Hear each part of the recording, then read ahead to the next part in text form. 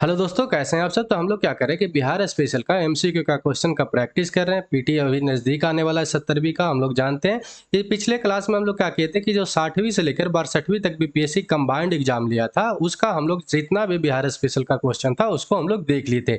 इस बार हम लोग क्या करेंगे, तो जो 56वीं से लेकर 59वीं तक कंबाइंड जो बीपीएससी एग्जाम लिया था उसको हम लोग जितना भी बिहार स्पेशल का इसमें क्वेश्चन पूछा था उसको हम लोग देख लेंगे। ठीक है, क्योंकि पहले जो होता था देर देर पर एग्जाम होता था तो क्या करता था कि 2-3 साल के बदले एक ही बार में एग्जाम ले लेता था। इसमें भी बीपीएससी का क्वेश्चन बीपीएससी जो था बिहार स्पेशल का क्वेश्चन बहुत कम पूछा था, तो उसके लिए टेंशन नहीं लेना है।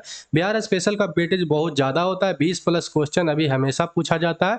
और हर क्वेश्चन से मतलब कि हिस्ट्री का क्वेश्चन हो, पॉलिटी का हो, ज्योग्राफी का हो, इकोनॉमिक्स का हो, साइंस एंड टेक का हो, उससे क्या होता है कि ये आसान भी होता है। तो इसको आपको ध्यान से देखना चाहिए। बिहार स्पेशल का जितना भी कोर्स है मतलब कि स्टैटिक्स पार्ट है उसको पढ़ा दिया गया, जाकर आप देख सकते हैं, प्लेलिस्ट बना हुआ है। साथ ही साथ इसका अगर पीडीएफ चाहिए तो क्या करना है कि टेलीग्राम का लिंक दिया होता है डिस्क्रिप्शन में, वहां पर जाइएगा और सारा अपना पीडीएफ डाउनलोड कर लीजिएगा। तो चलिए आज का क्लास हम लोग शुरू करते हैं। वीडियो अच्छा लगेगा तो लाइक करिएगा, कमेंट करके, शेयर करके, सब्सक्राइब करके बेल आइकन दबा दीजिएगा ताकि आपके पास नोटिफिकेशन टाइम टू टाइम पहुंचता रहे।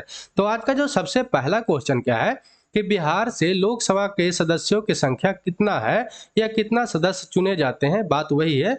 तो इसमें से आपको बताना है कि लोकसभा की सीटों की संख्या कितना है बिहार में, ये आपसे पूछा गया है। तो 20 है, 30 है, 35 है या 40 है। तो आपको याद रखना है कि 40 सदस्यों की संख्या है, ये बात आपको ध्यान में रखना चाहिए। यहाँ पर राज्यसभा के सदस्यों की संख्या पूछे तो 16 बताना है, और लोकसभा के सदस्यों की संख्या पूछे तो आपको याद रखना है कि 40 है।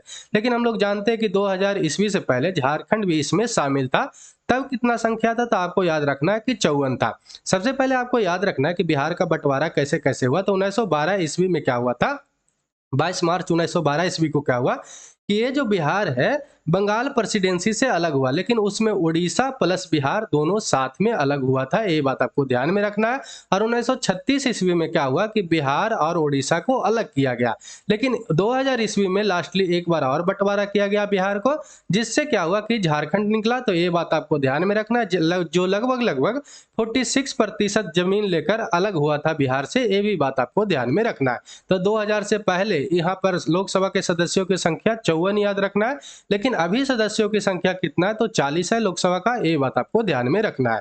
बिहार की विधायिका के बारे में देखें तो आपको सबसे पहले याद रखना है कि यहाँ पे 38 जिला है, लेकिन यहाँ पर पुलिस जिला की संख्या पूछे तो आपको याद रखना है कि 40 है। 38 जिला तो है ही, और उसके दो अतिरिक्त पुलिस जिला कौन कौन है तो आपको याद रखना है कि नवगछिया और बगहा, ये दो मिलाकर कितना पुलिस जिला हो जाता है तो 40 पुलिस जिला हो जाता है, ये बात आपको ध्यान में रखना है। बिहार में विधानमंडल कैसा है तो द्विसदन सदन है, बाई कैमरल है, ये बात आपको याद रखना है। मतलब यहाँ पर क्या होगा कि विधानसभा भी होगा और विधान परिषद भी होगा, ये बात आपको याद रखना है। विधानसभा के सीटों की संख्या 243 है, विधान परिषद का सीटों की संख्या कितना है 75 है, लोकसभा के अभी हम लोग देखें कि 40 है और राज्यसभा का 16 है, ये बात आपको ध्यान में रखना है। विधानसभा में कुल आरक्षित सीटों की संख्या कितना है तो 40 है, 38 जो है अनुसूचित जाति के लिए है और 2 जो है अनुसूचित जनजाति के लिए है। जो ये जो है आपका 67वीं बीपीएससी में क्वेश्चन पूछा भी था। कौन कौन है तो आपको याद रखना है कि कटोरिया है और मनिहारी है, ये बात आपको ध्यान में रखना है। लोकसभा में जो है आरक्षित सीट की संख्या कितना है तो 6 है। कौन कौन है तो आपको याद रखना है गोपालगंज है, हाजीपुर है, समस्तीपुर है, जमुई है, गया है और सासाराम है। इतना बात आपको ध्यान में रखना है। ठीक है, आपसे पूछ ले कि भारत में टोटल कितने द्विसदन सदन वाले राज्य है तो आपको याद रखना है कि अभी 6 है। कौन कौन है तो ये भी आप देख सकते हैं। तो आपको याद रखना है कि कर्नाटका और क्या है तो महाराष्ट्र है। दूसरा कौन कौन है तो तेलंगाना और आंध्र प्रदेश है।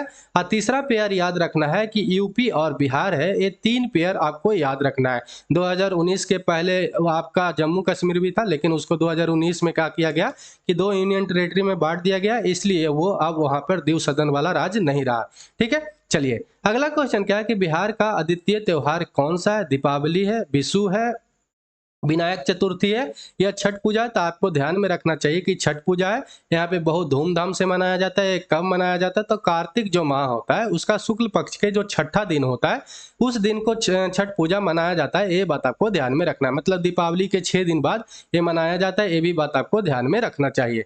ठीक है, अगला क्वेश्चन क्या है कि पटना में किस सिख गुरु का जन्म हुआ था, ये आपसे पूछ रहा है। तो नानक को हुआ था, मतलब गुरु नानक का हुआ था, तेज बहादुर का हुआ था, हरगोविंद सिंह का हुआ था, या गोविंद सिंह का हुआ था। तो इसका जो सही उत्तर क्या है कि गुरु गोविंद सिंह का हुआ था। ये बात आपको ध्यान में रखना चाहिए। ये 10वें गुरु थे और साथ ही साथ आपको याद रखना है कि अंतिम गुरु भी थे सिख का। तो ये भी बात आपको ध्यान में रखना है, जिनका नाम क्या था, तो गुरु गोविंद सिंह था। और इनका जन्म कब हुआ था, तो आपको याद रखना है कि 1666 ईस्वी में पटना में हुआ था। ये बात आपको ध्यान में रखना है। लेकिन अगर पूछे कि सिख धर्म का संस्थापक कौन थे, तो आपको याद रखना है कि गुरु नानक थे। ये बात आपको ध्यान में रखना है। गुरु गोविंद सिंह जो थे खालसा पंथ की स्थापना किए थे और सिखों को सैनिक संप्रदाय में परिणति दिए थे। तो ये भी बात आपको ध्यान में रखना है। गुरु तेज बहादुर के बारे में देखे तो ये जो थे 9वें गुरु थे और ये इनको औरंगजेब के द्वारा हत्या करवा दिया गया था। ये भी बात आपको ध्यान में रखना चाहिए, ठीक है। हरगोविंद सिंह जो थे 6ठे गुरु थे और ये क्या हुआ था कि इन्होंने क्या किए थे कि अमृतसर में अकाल तख्त की स्थापना किए थे। और सिखों के जो 5वें गुरु थे गुरु अर्जन देव, इसने क्या किए थे कि स्वर्ण मंदिर का जो श्री हरमंदिर साहिब जो है अमृतसर में, उसका क्या किए थे कि नींव रखे थे। और साथ ही साथ गुरु ग्रंथ साहिब का संकलन किए थे। ये भी बात आपको ध्यान में रखना चाहिए। अमृतसर का स्थापना अगर कोई पूछे कि कौन करवाए थे, तो गुरु इनके जो चौथा गुरु हुए मतलब गुरु रामदास, वो स्थापना किए थे 1577 ईस्वी में। ये भी बात आपको ध्यान में रखना चाहिए, ठीक है। चलिए अगला क्वेश्चन क्या है कि बिहार में डालमिया नगर किसके लिए प्रसिद्ध है, ये आपसे पूछ रहा है। तो रेशम के लिए, चमड़ा के लिए, सीमेंट के लिए, या जूट के लिए। तो आपको ध्यान में रखना है कि डालमिया नगर जो है, आपको याद रखना है कि ये सीमेंट के लिए प्रसिद्ध है, जो रोहतास में है। ये भी बात आपको ध्यान में रखना है। ये सीमेंट उद्योग के लिए प्रसिद्ध है। जूट के लिए आपको याद रखना है कि पूर्णिया, कटिहार, दरभंगा जो पूर्वी जिला है वो मतलब कि प्रसिद्ध है। रेशम के लिए हम लोग जानते हैं कि भागलपुर है।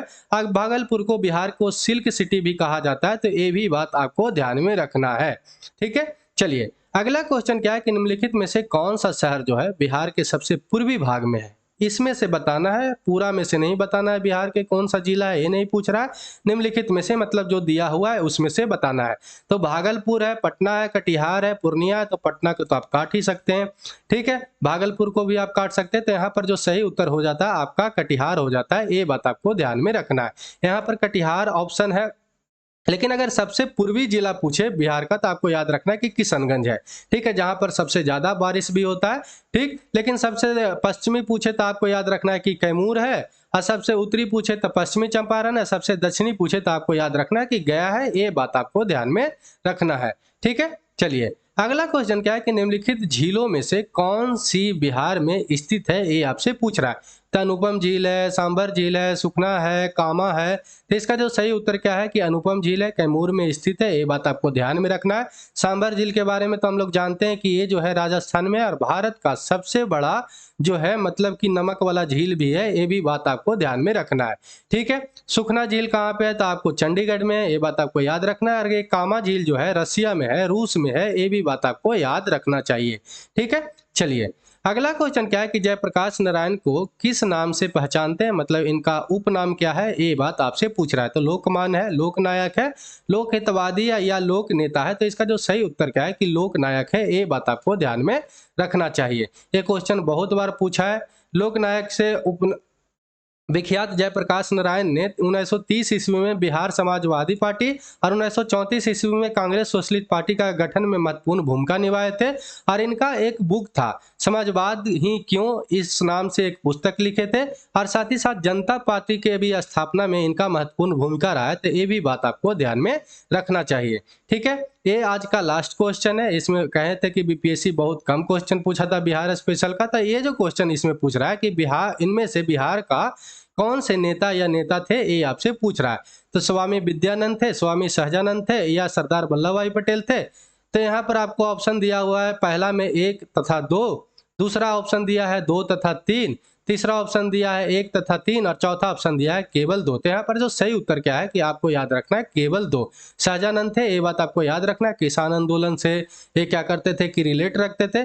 आपको याद रखना है कि जो सरदार वल्लभ भाई पटेल थे तो गुजरात में इनका जन्म हुआ था। ये भी बात आपको याद रखना है। शाहजानंद का जन्म कब हुआ था, तो 1889 ईस्वी में बिहार में हुआ था। लेकिन सरदार वल्लभ भाई पटेल का जन्म कब हुआ था, तो आपको याद रखना कि 1875 ईस्वी में गुजरात में एक कृषक परिवार के घर में हुआ। इनको भारत का लौह पुरुष और और बिस्मार्क भी बोला जाता है। क्यों बिस्मार्क बोला जाता है? तो आपको जैसे जर्मनी में एकीकरण में महत्वपूर्ण भूमिका निभाया था बिस्मार्क, उसी तरीका से भारत का एकीकरण में बहुत महत्वपूर्ण भूमिका निभाए हैं अपने सरदार वल्लभ भाई पटेल, इसलिए इनको लौह पुरुष और बिस्मार्क भी बोला जाता है। ये बात आपको ध्यान में रखना है, ठीक है। सरदार वल्लभ भाई पटेल ने गुजरात में 1928 ईस्वी में बरदौली सत्याग्रह चलाए। ये क्यों चलाए थे? तो यहाँ पर 30% क्या था कि कर का बढ़ोतरी कर दिया गया था, इसलिए यहाँ पर किसानों के साथ देकर ब्रिटिश के खिलाफ ये आंदोलन चलाए थे। और यहीं के महिला इसी आंदोलन में इनको सरदार का उपाधि दिए थे, ये भी बात आपको ध्यान में रखना है। जबकि स्वामी सहजानंद ने गुजरात में स्वामी नारायण संप्रदाय की स्थापना की थी, ये भी बात आपको ध्यान में रखना चाहिए। तो चलिए आज के लिए इतना ही। वीडियो अच्छा लगा हो तो लाइक करिएगा, कमेंट करके, शेयर करके, सब्सक्राइब करके बेल आइकन दबा दीजिएगा। तो जय हिंद, जय भारत।